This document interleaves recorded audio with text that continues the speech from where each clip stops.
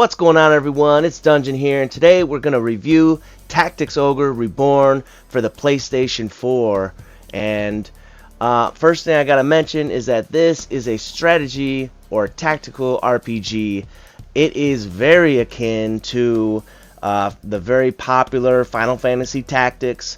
One of my favorite, Fell Seal, Arbiter's Mark, Ogre Battle Tactics. This actually had a few other iterations of this game in particular, and it has gone by several different names, like Knights of the Lotus for Game Boy Advance, which actually I played a long time ago.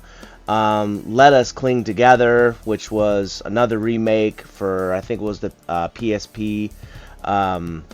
And actually, it's interesting. I didn't realize this at first, but when I started to play this, I was like, wait a second, man, this seems like really familiar. And I don't mean like familiar as in, yeah, I played it before, but familiar as in, I remember scenes that are just like the scenes that I see here in Final Fantasy Tactics. Like, I guess it is made by the same, not only is it made by some of the same people and creators, but it's also to some extent in the same type of, like, more than just the same type of setting, but the same actual setting.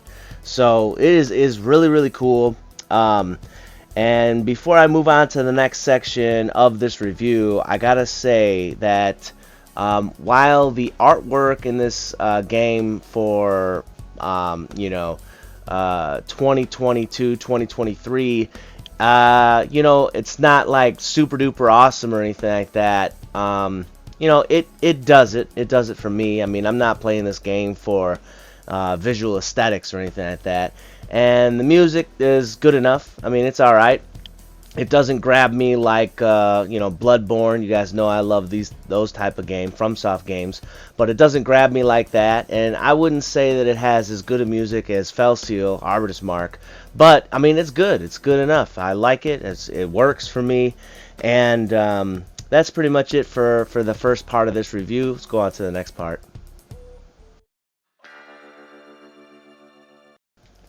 Okay, so for the next section, I want to talk about the gameplay mechanics. And first off, the gameplay mechanics feel pretty darn good. In this game, there are no random battles. There are training missions, though, and the way that works is as you're going through the story, certain story battle maps will allow you to play training missions on those same maps, just with like random foes and stuff. And this will allow you to rank up your characters' level and stuff like that, and abilities and stuff. So that's pretty cool. However, that being said, you can only rank your characters up to a certain maximum. That maximum does increase as you go through the story missions. So this is kind of good, and kind of, for some, might think it's kind of bad. Now, at first I kind of thought it was like kind of not so good, but I will say I have come to appreciate it. The reason is because other games might allow you to completely max out all your characters and become super duper powerful. This kind of presents a little bit of a realistic problem. The reason I say this is because if your characters are super duper powerful, then basically they just stomp all over the enemies, and at first it might be a little bit fun. However, it actually gets a little bit boring, and then you might fall off because you're like not getting the same amount of entertainment value, not the same amount of challenge from the game. So this allows you, having this level cap allows you to have basically a more rich experience, and allows you to enjoy some of the challenging battles that the game has to offer. So it's actually kind of a good thing. I have definitely learned to like this mechanic in this game, actually. What's more is that class changing is possible, but it is not incentivized. So other games will allow you to retain skills and abilities from classes, and you can use those when you get to a new class. So basically it makes it, valuable for you to rank up in classes so that you can take the best things about them and add them to the next class that you have. and this game doesn't really do that. You do rank up weapons and stuff like that, your weapon skills and stuff, but while those can transfer the rank can transfer, it's just not the same. You don't gain the same bonuses because the skills and abilities that you learn in the classes, those do not carry over with you. So you actually are incentivized to stay a certain class actually. And then when you do want to change it, you're changing it for a good reason. You're changing it because you're actually abandoning your previous class. Like you just like, oh, I don't want to do that no more because this new class is better in some way, you know, for either the moment, really not even the moment, probably for your character or for the overall storyline. So and classes as you get and unlock new ones, a lot of times like you'll see it and be like, okay, yes, this one is better, or I really like the one that I have, I just need a new character. So speaking of that, this game allows you to recruit new characters, and because of what I just said, plus that some recruited characters are actually monsters, you can unlock new abilities altogether that you didn't even have offered to you before.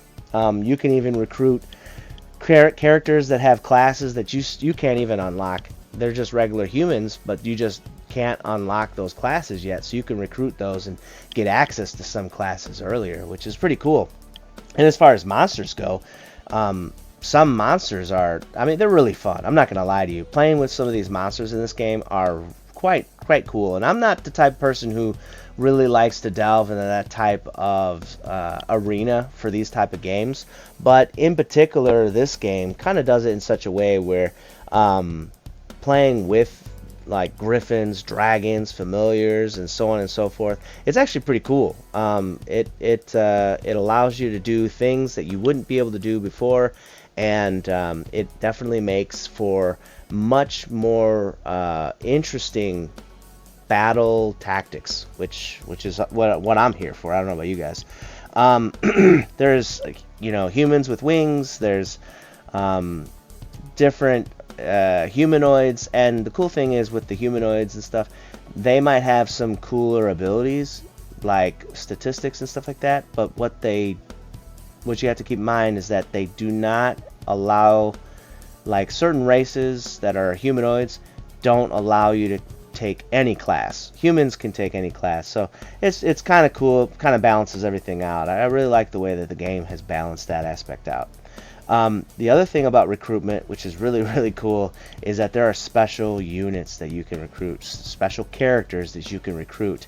They're story mission characters, and some of them it's like a guaranteed recruitment type of thing. You go through the storyline, but some of them are like secret recruitment characters. Like if you don't do the right thing at the right time, or talk to the right person at the right time, or look up this, you know, piece of news at the right place at the right time, or even make this certain choice in this certain, you know, mission or battle or cutscene, then it will actually block you out from even being able to pick that character up as a recruitable character. And this kind of leads me into the last little thing, which is that these choices can actually alter the game itself. So there are, I think, 2 or 3 different types of storylines that you can get yourself into depending on your choices, and it will pretty well alter a lot of the things that happen in the game. So this greatly improves the amount of replayability that this game has, because you can decide to make certain choices and end up playing, I mean, almost like a different game several different times, which is obviously really cool. So that pretty well wraps up the gameplay mechanics. Alright, so as far as battle mechanics go, this functions much like many other tactical or strategy RPGs. The main difference that this thing has, that going for it, that maybe other ones don't have quite to such an extent, is this thing is called the Chariot. Alright, so the Chariot is basically, it allows you to kind of like redo characters' turns, and you can actually go back pretty far. It'll keep a log of your the character's choices and turns and stuff in the middle of a battle, and you can go back like really far, honestly. And say for instance, you do something, and this pretty much sets off a series of events that leads to that character's death. So you can actually go back, like, honestly, I think it says it stores about 10 characters turns, but it seems like it's more. Honestly, it seems like it's quite a bit more. And it also will record alternate, like, choices. So basically what I'm saying is, say for instance you're trying to, because there's a lot of purposes for why you would do this, but say for instance you're trying to get a certain loot item from enemy drop. Alright, so you kill the enemy, and then, you know, it has this low chance of dropping this certain item, okay? So you could potentially kill this, you know, enemy a bunch of different ways, and it will record each way that you do this. And basically that is kind of cool because it'll allow you to get, you know, farm certain things. And the main thing, honestly, the main reason why you'd want this is for mistakes, especially when you're learning how to play this game. The opportunity to basically have a bunch of different options to go back and fix something that you've done wrong is very gratifying. I mean, it's super gratifying, you know what I'm saying? And I played a bunch of strategy RPGs that don't have this function, and what it does is it kind of makes the game a little bit unmemorable, because you go through it and it's pretty punishing to people who, like, newcomers into the game, because they don't know how anything really works in the game and how to min-max attacks and strategies and stuff. So you're just kind of flying on the seat of your pants, and it just makes it frustrating at times. Even like Final Fantasy Tactics had something like this. It wasn't so extensive.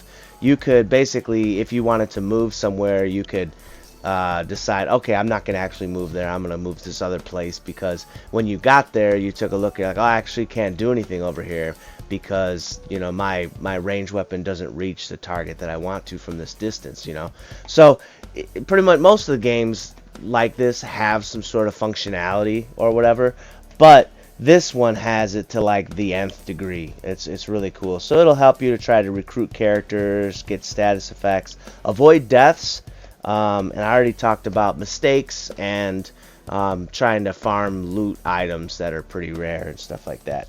So another good thing about this has to be the battle cards, and these basically they're little cards that show up on the grid, and basically they will allow you to gain buffs for your characters. Maybe like do more physical damage, do more magical damage, have a higher chance to get a randomly triggered skill of your character's class.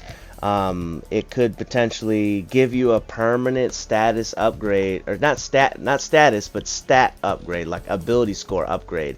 So maybe it'll permanently raise your strength score, permanently raise how many HP you have or MP you have or whatever. So those are really cool. It could potentially also increase the likelihood that you critical hit. There's a few of them. One of them will debuff like all of those card buffs. They're the red cards.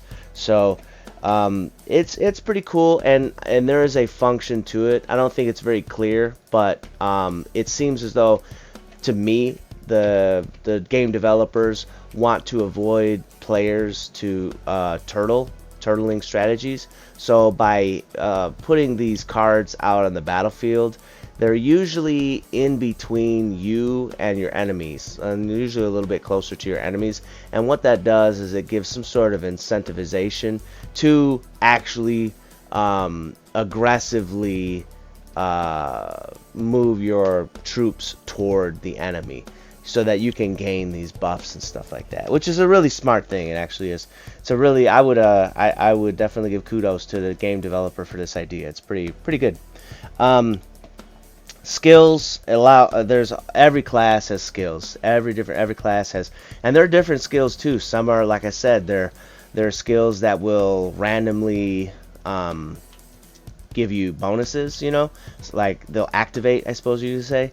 And some skills are there, you have to use an action to activate them, and each class has their own options that you can use, and depending on what type of build that you're trying to do and how you want to synergize your characters with each other within the party that you are, you know, creating, it all ties together, and it's actually pretty cool the way all those work. And one type of skill in particular is like your weapon skills, and your not just weapons but also like staves and spell books and stuff like that, whatever you use to cast spells, that's pretty much all classified as weapons, and they have a rank unlike other skills. And these weapon skill ranks will allow you to basically gain experience to like rank them up to different levels. And what's cool because they actually they coordinate levels along with your player level, and they have a maximum just like your player level does too. So obviously the higher weapon skill, the more damage and effective your weapon is going to be when you use it and you have the skill equipped in your loadout. What's more is that when you get a higher weapon skill, then it could unlock like finishing moves, which are like basically powerful attacks, you know what I mean? Which is actually, you know, super cool, and it gives you some sort of like versatility with characters, so that, you know, this character uses this weapon, this character mains this weapon, and for people that you intend to change classes, it does give you some forces you to give some forethought as to what type of weapons that you actually want the character to learn how to use, so that when they gain that next class, they'll be able to use a weapon within that class without having to retrain. So that's kind of cool. XP, very, very good. Aside from the skill XP, obviously you gain regular level XP. And the cool thing about this game, which is like other games have to do this too, when you're trying to rank up a character who's really, really low level, much lower than the rest of the party, it usually will just take them forever. I remember playing Final Fantasy Tactics, and I unlocked oh goodness gracious, his name, Cloud, I think that was the guy's name from Final Fantasy 7.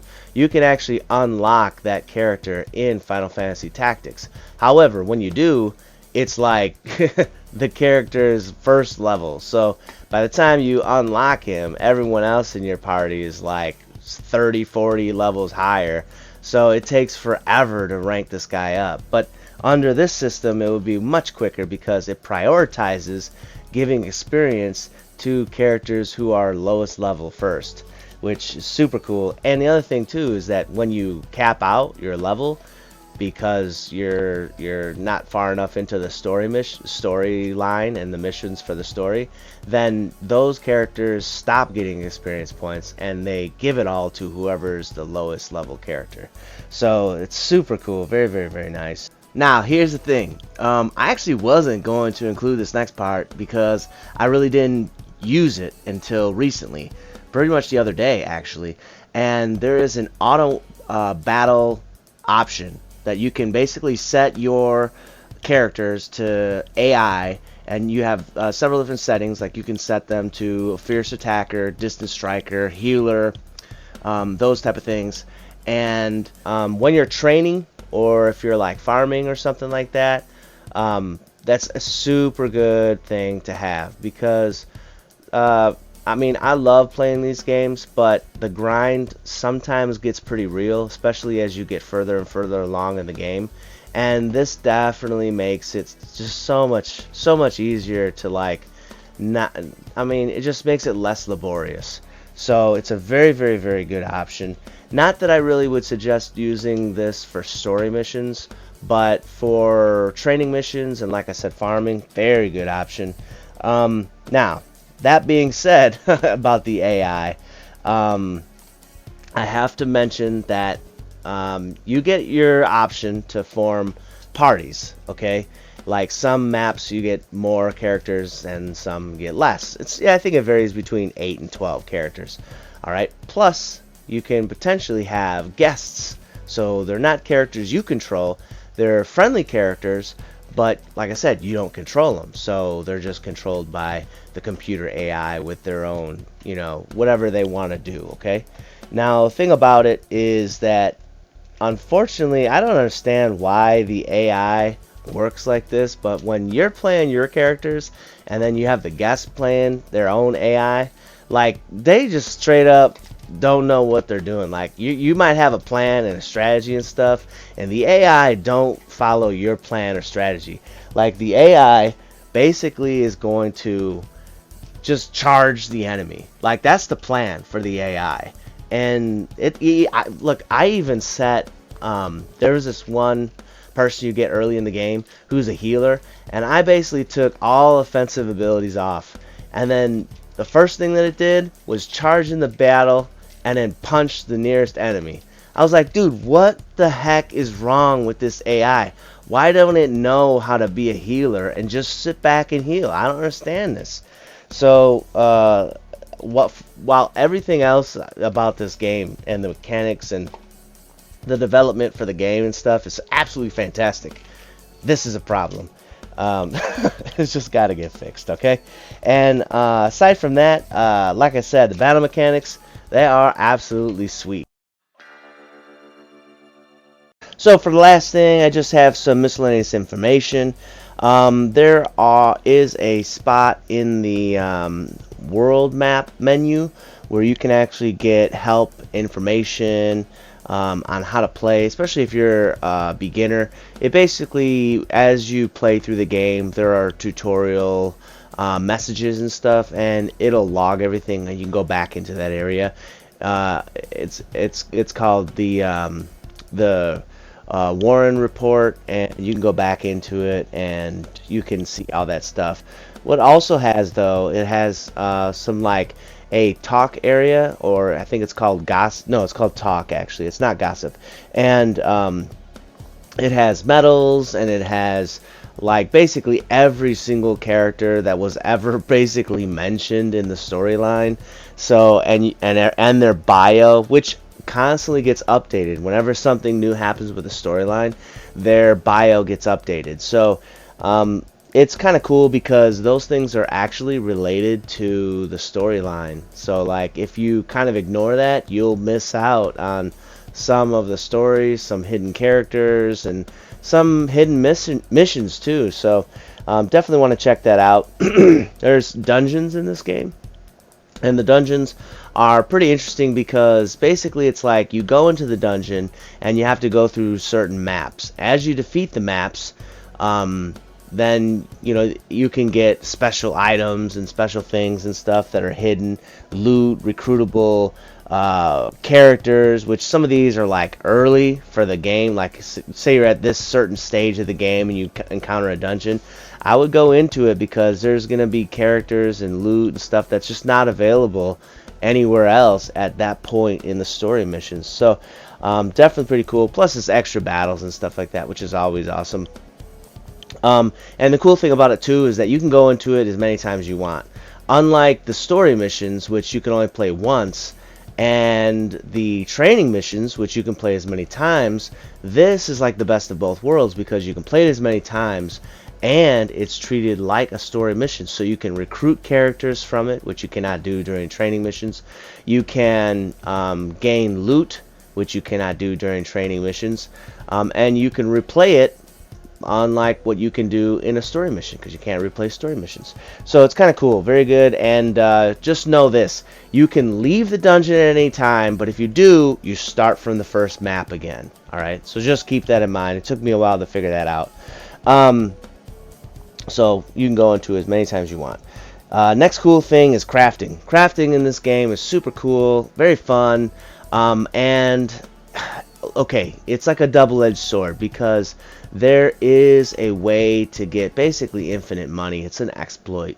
It's in the game. It's not like a glitch or anything like that. You just make a certain item. Or there's a number of them. Certain items you can make for cheap and then sell it for like profit, you know. And you just do this like over and over and over and over and over again, and you'll make as much money as you want to. Obviously, you have to craft the things, and you have to have the materials available, but then and you actually have to have the crafting manual, the book or whatever, so you know how to craft it. But basically, this will allow you to kind of, it's not game breaking, I would say, but it definitely makes it like a little bit easier and stuff. It's like a quality of life kind of easier. Up to you if you want to use it. Otherwise, crafting is pretty cool. You can get like +1 items and stuff, and it's not like I mean, it's cool. It's definitely good. I would definitely do the crafting, and like I said, if you want to do the exploit, it just makes it easier, like to craft basically. And you could potentially get a little bit out of control with like potions and stuff like that. It just depends how far you want to go with it. The weapons, especially when you upgrade the weapons with crafting, they can have special properties, and same thing with armors too. They can have special properties, so it'll allow you to move an extra square, jump an extra, square high, gain certain properties to your weapons to be able to like add status effects and stuff, or just do more damage or whatever. It's definitely pretty cool. Check it out. Overall, that's pretty much all I got for the miscellaneous information. And last thing I want to say is that this game is good. This is a very good game. Definitely want to check it out if I was you. I wasn't sure if I wanted to grab it as soon as I did, because it's a remake, but there are a lot of quality of life changes to this remake that I would say makes it, even if you've played other iterations of this specific game, I probably would say you might want to check it out. So definitely for me, I would recommend it. For other people I know, certainly for people who are into strategy role-playing games, and I would probably even recommend it for people who are new to strategy role-playing games because of the Chariot tarot feature on it. It makes it pretty forgiving for newcomers into the genre to be able to learn like what's going on. Same thing with the auto AI type stuff. It kind of makes it easy for people to kind of like get into it and kind of figure out what they're doing and what are some good strategies and stuff like that. So overall, good game. Good for newcomers, good for veterans. So no matter what group you fall into, go ahead and pick yourself up a copy of this game and have a little bit of fun. Alright, you guys, that concludes this review of Tactics Ogre Reborn, where I shared with you an in-depth analysis of the game and its mechanics. If you had fun, if you learned something, if you enjoyed watching this, hit that like button, share the video, subscribe to the channel, press the bell icon so you don't miss another video, and as always, thanks, stay cool, and bye everyone.